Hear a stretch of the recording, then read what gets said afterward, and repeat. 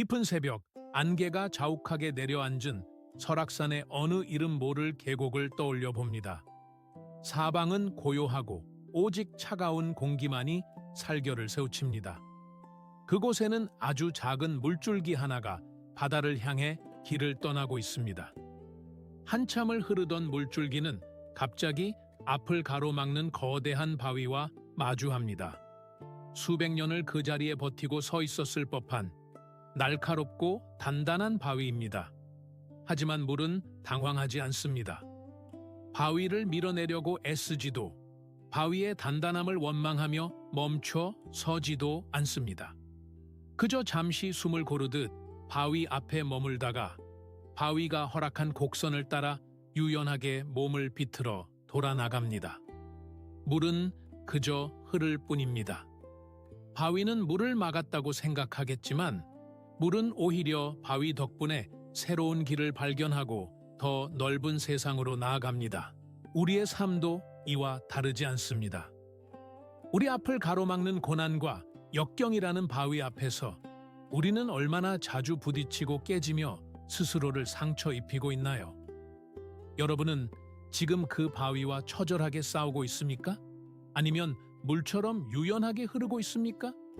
오늘 이 짧은 만남이 당신의 메마른 마음에 작은 옹달샘이 되기를 바랍니다.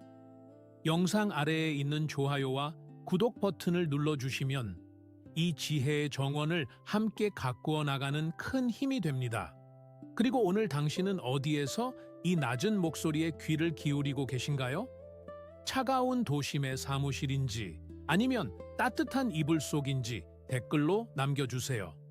여러분의 일상이 닿는 그곳까지 제 마음이 전해지길 간절히 바랍니다. 이 채널이 매일 지치지 않고 여러분을 찾아올 수 있도록 영상 하단의 하트 모양의 바르디마이라는 감사의 표시를 통해 작은 정성을 보태주시는 분들께 미리 깊은 고마움을 전합니다. 어떤 금액이든 상관없습니다. 그 따뜻한 마음이 이 채널을 지탱하는 가장 큰 뿌리가 됩니다. 가끔은 영상의 소리조차 무겁게 느껴지는 날이 있지요. 그럴 때 여러분의 곁에서 고요한 등불이 되어줄 이야기를 작은 책으로 엮었습니다. 복의 법칙, 가난한 운명을 끊는 부처님의 가르침이라는 이름으로 우리가 일상에서 무심코 저지르며 운을 쫓아버리는 사소한 행동들과 카르마를 통해 안정된 삶을 일구는 지혜를 담았습니다. 영상보다 조금 더 깊고 은밀한 수행이 필요할 때 아래 고정 댓글의 링크를 통해 이 작은 안내서를 만나보시길 권합니다. 이 책 또한 우리 지혜의 여정을 지속하는 귀한 밑거름이 될 것입니다. 우리는 지금 광란의 속도로 질주하는 세상 속에 살고 있습니다. 대한민국이라는 거대한 소용돌이는 우리에게 한시도 가만히 있지 말라고 다그칩니다. 조금이라도 멈추면 뒤처질 것 같은 공포, 남들은 저만치 앞서가는데 나만 제자리에 머물러 고여있는 것 같은 불안함이 우리를 잠식합니다. 하지만 우리가 그토록 매달리는 그 속도와 성과가 정말 우리를 구원해 주었나요? 오히려 우리는 스스로를 성공이라는 좁은 틀에 가두고 그 안에서 썩어가는 고인 물이 되어가고 있지는 않습니까? 번아웃이라는 이름의 무기력과 원인을 알 수 없는 마음의 병들은 사실 우리 영혼이 보내는 간절한 신호입니다. 이제는 그 질주를 잠시 멈추고 우리 안에 흐르는 본연의 지혜를 깨워야 할 때입니다.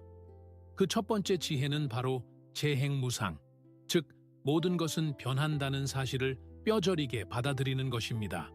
우리의 고통은 대개 변하지 않기를 바라는 마음에서 시작됩니다. 사랑이 영원하기를, 젊음이 지속되기를, 지금의 번영이 끝나지 않기를 간절히 바라지만 우주의 섭리는 단 한순간도 멈추어 있지 않습니다. 금강경의 가르침처럼 우리가 움켜쥐려 하는 일체의 유의법은 아침 이슬과 같고 번갯불과 같으며 한낮 꿈이나 거품과 같습니다. 이것은 허무주의를 말하는 것이 아닙니다. 오히려 변화의 파도를 타고 나아가는 가장 강력한 용기에 대한 이야기입니다. 생각해 보십시오. 우리가 그토록 괴로워했던 10년 전의 고민을 지금도 똑같이 하고 있습니까? 아닙니다. 그 고통도 변했고 당신도 변했습니다. 하지만 우리는 매 순간 눈앞의 변화를 마치 세상의 종말인 양 두려워합니다. 어느 날 갑자기 찾아온 직장의 위기, 믿었던 사람의 배신, 건강의 적신호는 우리 삶을 송두리째 흔들어 놓는 것처럼 보입니다. 하지만 그 소용돌이의 한가운데서 잠시 숨을 고르고 들여다보십시오. 그것은 끝이 아니라 당신이라는 강물이 바다로 가기 위해 물길을 트는 과정일 뿐입니다. 겨울의 숲을 보십시오. 앙상한 가지만 남은 나무가 죽은 것처럼 보이나요? 나무는 그저 무상의 섭리에 따라 잎을 떨구고 내면의 성숙을 준비하고 있을 뿐입니다. 우리 삶의 시련도 이와 같습니다. 지금 겪고 있는 상실과 고독은 당신의 영혼이 더 깊은 심연으로 내려가 진짜 자신을 만나기 위한 필연적인 계절입니다. 오늘날 우리가 느끼는 불안의 실체는 무엇입니까? 스마트폰 화면 속에서 쉴 새 없이 쏟아지는 타인의 화려한 일상과 나의 초라함을 비교하는 데서 오는 소음입니다. 하지만 그 화면 속 이미지조차도 찰나의 순간일 뿐 영원한 것은 없습니다. 당신의 가치는 타인의 시선이라는 흔들리는 거울에 비친 모습에 있지 않습니다. 실제로 직장에서 예상치 못한 인사 이동을 겪거나 소중한 관계가 단절되었을 때 우리는 마치 벼랑 끝에 선 기분을 느낍니다. 그러나 부처님의 가르침을 빌려 이를 다시 정의해 본다면 그것은 새로운 인연이 찾아올 자리를 만들기 위해 낡은 인연이 소멸하는 과정일 뿐입니다. 변화를 저항하며 바위에 부딪히는 물방울이 되지 마십시오. 변화 자체를 자신의 몸으로 받아들여 부드럽게 흘러가는 강물이 되십시오. 무상을 이해하는 순간 당신을 옥죄던 집착의 사슬은 미묘한 공명과 함께 풀려나기 시작할 것입니다. 당신의 운명은 변화를 거부할 때 고착되지만 변화를 껴안을 때 비로소 변형되기 시작합니다. 이러한 무상의 지혜를 깨달았다면 우리는 자연스럽게 두 번째 지혜인 방하착의 단계로 넘어가게 됩니다. 방하착이란 무엇입니까? 그것은 내려놓으라는 뜻입니다. 하지만 우리는 내려놓는다는 말을 흔히 포기한다고 오해하곤 합니다. 불교에서 말하는 방하착은 무책임한 방관이 아니라 불필요한 무게를 덜어내어 가장 본질적인 자신으로 돌아가는 거룩한 행위입니다. 옛 선승 조주 선사의 일화를 떠올려 봅니다. 어떤 이가 선사를 찾아와 저는 마음속에 아무것도 가진 것이 없습니다. 이제 어떻게 해야 합니까? 라고 물었습니다. 그러자 선사는 짧게 대답했습니다. 그것을 내려놓아라. 그 사람은 당황하며 다시 물었죠. 아무것도 없는데 무엇을 내려놓으란 말씀입니까? 선사는 웃으며 말했습니다. 그럼 차라리 짊어지고 가거라. 우리는 비움조차도 하나의 짐으로 짊어지고 살 때가 많습니다. 나는 왜 이렇게 욕심이 많을까? 나는 왜 마음을 다스리지 못할까? 라는 자책조차도 사실은 내려놓지 못한 마음의 찌꺼기입니다. 운명을 바꾸고 싶다면 당신의 양손에 가득 들린 그 무거운 가방부터 확인해야 합니다. 그 가방 안에는 5년 전 누군가 나에게 던진 비수 같은 말 한마디, 10년 전 저질렀던 사소한 실수에 대한 후회, 그리고 아직 오지도 않은 미래에 대한 거대한 불안의 덩어리들이 가득 차 있습니다. 현대인의 삶은 마치 24시간 내내 전원이 켜진 채 과열된 기계와 같습니다. 퇴근 후 침대에 누워서도 우리의 뇌는 멈추지 않습니다. 상사의 표정, 동료의 말투, 내일 처리해야 할 산더미 같은 일들이 우리 영혼의 안식을 방해합니다. 이것은 마치 독이 든 성배를 들고 있으면서 손이 아프다고 울부짖는 것과 같습니다. 방법은 간단합니다. 그냥 컵을 내려놓으면 됩니다. 하지만 우리는 그 컵을 내려놓으면 목말라 죽을 것 같은 착각에 빠져 손이 마비될 때까지 붙들고 있습니다. 방하착의 실제적인 적용은 거창한 산속 수행에 있지 않습니다. 지금 당장 당신의 손에 들린 스마트폰의 알람을 끄고 5분만이라도 풍요로운 침묵 속에 머무는 것에서 시작됩니다. 타인의 비난이 화살처럼 날아올 때 그 화살을 굳이 손으로 잡아 가슴에 꽂지 마십시오. 화살이 당신을 지나쳐 허공으로 사라지게 두십시오. 그것이 진정한 방아착입니다. 손을 꽉 쥐고 있으면 그 안에는 아무것도 담을 수 없습니다. 주먹을 펴야만 비로소 새로운 공기가 소통하고 누군가의 따뜻한 손을 잡을 수 있으며 우주가 주는 더 큰 선물을 받을 수 있습니다.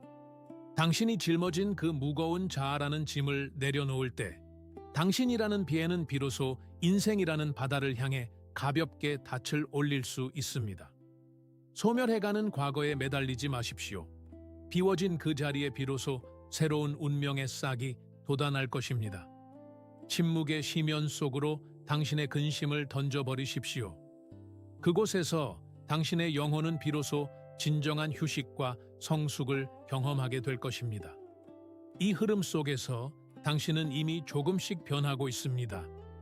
당신의 내면에서 일어나는 이 미묘한 변화를 믿으십시오. 운명은 거대한 폭발로 바뀌는 것이 아니라 이렇듯 조용한 삼투작용을 통해 당신의 삶 전체로 스며드는 것입니다. 이제 우리는 다음 지혜로 나아갈 준비가 되었습니다. 우리가 앞서 이야기한 무상의 파도를 타고 무거운 짐을 내려놓는 방아착의 평원에 머물다 보면 자연스럽게 우리의 시선은 안에서 밖으로, 즉 관계의 신비로 향하게 됩니다. 이것이 우리가 오늘 깊이 들여다볼 세 번째 지혜, 바로 인연법입니다. 우리는 흔히 운명을 바꿀 수 없는 정해진 철길처럼 생각하곤 합니다. 하지만 불교의 지혜는 운명이란 결코 고정된 암석이 아니라 우리가 지금 이 순간 던지는 말과 행동이라는 돌멩이가 만들어내는 파동의 합이라고 말합니다. 법구경의 서늘한 가르침을 기억해 보십시오.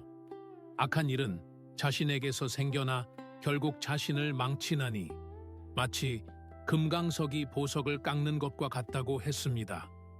우리가 타인에게 던진 독설, 무심코 남긴 날카로운 댓글, 누군가를 향한 질투와 시기의 마음은 결국 가장 먼저 나의 영혼을 깎아먹고 나의 수지를 오염시킵니다.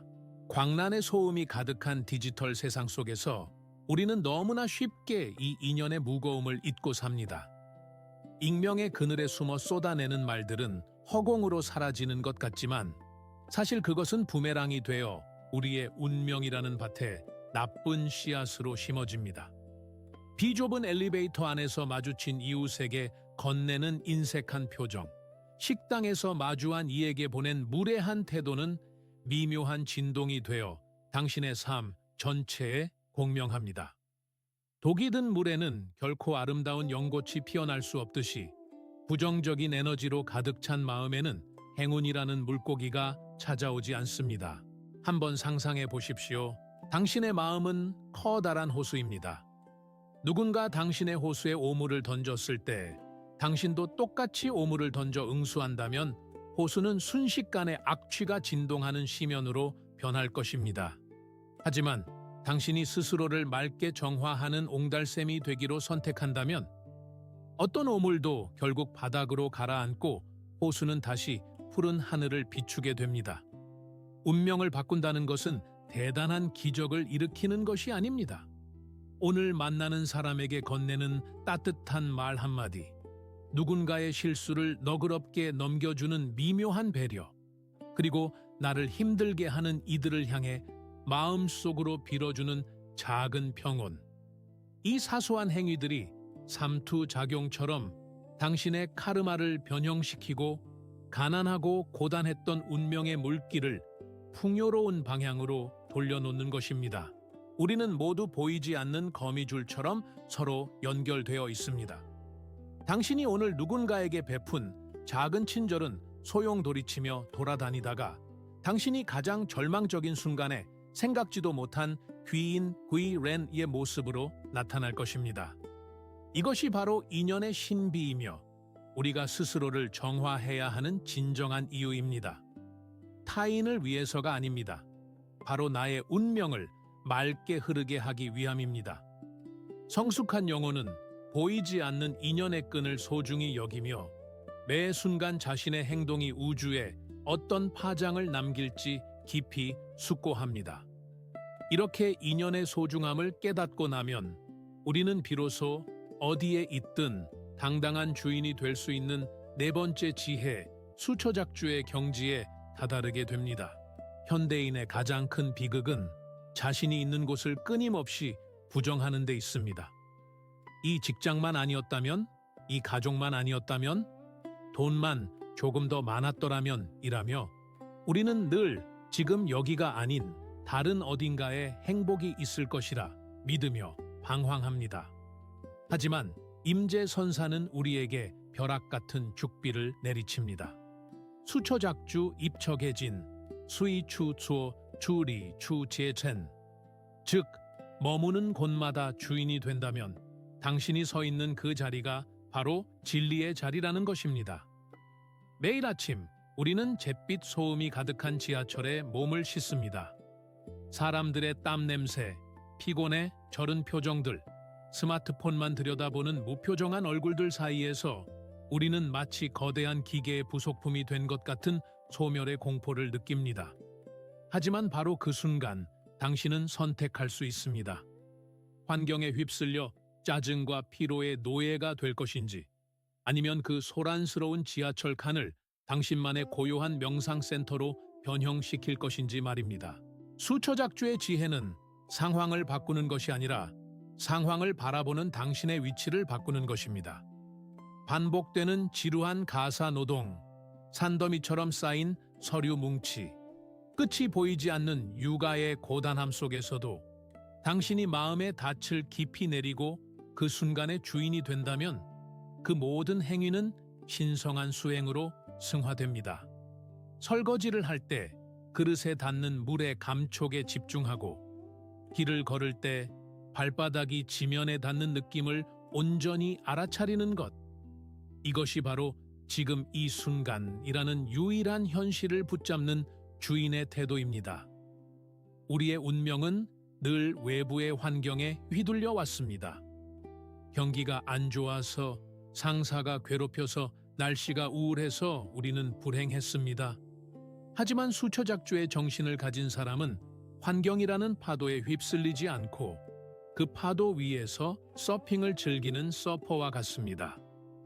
어떤 거친 풍랑이 몰아쳐도 내면의 풍요로운 침묵을 잃지 않는 사람, 그런 사람 앞에서는 가난한 운명도 고개를 숙이게 마련입니다. 여러분, 당신의 삶이 지금 비좁고 초라하게 느껴지나요? 그렇다면 당신이 그곳의 주인이 되지 못했기 때문일지도 모릅니다. 당신이 앉은 그 자리를 우주의 중심이라 믿고 당신에게 주어진 일을 세상에서 가장 고귀한 의식, 리투알으로 대하십시오. 당신의 태도가 변할 때 당신을 둘러싼 공간의 입자가 변하고 비로소 당신의 인생이라는 무대의 주인공으로 우뚝 서게 될 것입니다. 주인으로 사는 사람은 결코 구걸하지 않습니다. 이미 자신 안에 모든 지혜와 풍요가 있음을 알기 때문입니다. 이 당당한 주체성이야말로 당신의 운명을 근본적으로 뒤바꿀 가장 강력한 열쇠가 될 것입니다. 이제 우리는 더욱 깊은 내면의 바다로 내려가려 합니다. 세상을 향했던 시선을 돌려 가장 가깝지만 가장 낯설었던 존재, 바로 자기 자신을 마주할 시간입니다. 이것이 우리의 운명을 바꾸는 다섯 번째 지혜, 자비심입니다. 우리 시대는 우리에게 끊임없이 완벽을 강요합니다. 광란의 경쟁 속에서 우리는 스스로에게 가장 가혹한 채찍을 휘두르는 법을 먼저 배웠습니다. 너는 왜 이것밖에 못하니? 더 노력했어야지. 남들처럼 살지 못하는 것은 내 잘못이야. 라는 차가운 비난의 소음이 우리 머릿속을 잠식합니다. 우리는 타인에게는 관대할지언정 정작 자신의 허물과 부족함 앞에서는 추상 같은 심판관이 되어 스스로를 시면으로 밀어넣습니다. 하지만 흐르는 강물을 다시 한번 떠올려 보십시오. 강물은 바닥에 깔린 진흙을 탓하지 않습니다. 물길에 섞여 들어온 낙엽이나 나뭇가지를 비난하며 흐름을 멈추지 않습니다. 그저 그 모든 것을 자신의 일부로 품은 채 시간이 흐름에 따라 자연스럽게 정화하고 성숙해갈 뿐입니다. 자비심이란 단순히 불쌍히 여기는 마음이 아닙니다. 그것은 세상의 모든 고통을 듣는 관세음보살의 대자대비한 마음을 나 자신에게 먼저 투사하는 것입니다. 밖에서 들려오는 아우성의 귀를 기울이기 전에 가장 깊은 곳에서 터져 나오는 내 마음의 비명을 먼저 들어주는 삼투의 과정입니다. 우리가 완벽주의라는 이름의 감옥에 갇혀 스스로를 채찍질할 때 우리 안의 생명력은 말라붙고 운명은 경직됩니다. 하지만 자신을 용서하고 보듬어주는 순간 굳어있던 운명의 줄기는 부드럽게 변형되기 시작합니다. 일상의 구체적인 순간을 들여다봅시다. 실수로 일을 그르쳤을 때 혹은 사랑하는 사람에게 상처를 주었을 때 찾아오는 그 지독한 자기 혐오의 순간을 말입니다. 그때 우리는 마음속에 보이지 않는 칼을 품고 자신을 찌릅니다. 그러나 이제는 그 칼을 내려놓고 따뜻한 등불을 켜십시오. 하루의 끝에서 지친 몸을 누이었을 때, 잘한 일보다 못한 일이 더 많이 떠올라 괴로울 때 조용히 가슴에 손을 얹고 말해주는 것입니다. 괜찮다. 그토록 차가운 세상 속에서 오늘 하루 살아내느라 고생 많았다. 너의 부족함까지도 내가 사랑한다. 이것은 나약한 타협이 아닙니다. 오히려 나라는 존재에 비어있는 구석구석을 자비라는 맑은 물로 채우는 가장 용기 있는 결단입니다. 자신을 사랑하지 못하는 사람은 타인을 진정으로 사랑할 수 없고, 자신을 용서하지 못하는 사람은 결코 운명의 닻을 올릴 수 없습니다. 자기 비하라는 오염물질을 자비의 강물에 씻어내십시오. 당신이 자신을 귀하게 여기기 시작할 때 세상 또한 당신을 함부로 대하지 못하며 당신의 삶에는 풍요로운 침묵이 깃들게 될 것입니다. 당신은 이미 그 자체로 존엄한 존재입니다. 그 사실을 공명하며 받아들이는 것만으로도 당신의 가난한 운명은 이미 절반 이상 치유된 것입니다. 이제 우리의 마지막 여정이자 이 모든 지혜가 하나로 모여 찬란하게 빛나는 지점에 도달했습니다. 그것은 바로 화엄, 즉 우리가 우주 전체와 단 한순간도 떨어지지 않고 연결되어 있다는 환희의 깨달음입니다. 현대 사회의 가장 큰 비극은 고립입니다. 수천 명의 친구와 소통하는 듯 보이지만 우리는 정작 혼자라는 지독한 외로움의 소용돌이 속에 살고 있습니다. 내가 사라져도 세상은 아무렇지 않게 돌아갈 것 같고 나의 고통은 오직 나만의 짐인 것만 같아 절망합니다. 하지만 화해옴의 세계관은 우리에게 전혀 다른 진실을 말해줍니다. 한 방울의 물이 바다와 연결되어 있듯 당신의 존재 안에는 온 우주의 역사가 삼투되어 있습니다. 인드라의 그물이라는 비유를 들어보셨나요? 하늘 위 끝없이 펼쳐진 그물 코마다 눈부신 보석이 박혀 있는데 그 보석 하나하나에는 다른 모든 보석의 모습이 비치고 있습니다. 하나가 전체를 비추고 전체가 다시 하나로 모이는 일즉다 다즉일의 신비입니다. 이것은 관념적인 이론이 아닙니다. 당장 당신이 오늘 먹은 밥 한 그릇을 생각해 보십시오. 그 쌀알 하나 안에는 뜨거웠던 여름의 햇살과 대지의 영양분, 구름이 뿌린 빗방울과 농부의 땀방울, 그리고 그것을 이곳까지 실어 나른 수많은 사람의 노고가 깃들어 있습니다. 당신은 혼자 밥을 먹는 것 같지만 사실 온 우주를 섭취하고 있는 것입니다. 외로움이 당신의 영혼을 갉아먹을 때, 고립이라는 닻에 묶여 꼼짝할 수 없을 때, 이 연결의 환희를 기억하십시오. 당신이 내쉬는 숨은 숲의 나무가 뿜어낸 선물이며 당신의 혈관에 흐르는 성분은 아주 오래전 이름 모를 별이 소멸하며 남긴 흔적입니다. 당신은 결코 혼자 싸우고 있는 것이 아닙니다. 당신이 고통스러울 때 우주도 함께 아파하며 당신이 한 걸음 내디딜 때 온 우주가 당신의 등 뒤를 밀어주고 있습니다. 이 깨달음은 우리에게 거대한 안도감을 선물합니다. 내가 특별해야만 살 가치가 있는 것이 아니라 존재하는 것만으로도 나는 이미 우주의 소중한 일원이구나 라는 자각입니다. 이러한 화염의 마음으로 세상을 바라보면 길게 핀 이름 모를 들풀조차 나와 연결된 도반으로 보입니다. 미워했던 사람도 결국 나와 같은 고통을 겪고 있는 또 다른 나임을 알게 됩니다. 분별과 차별의 소음이 사라진 자리에는 오직 공존의 따뜻한 빛만이 가득하게 됩니다.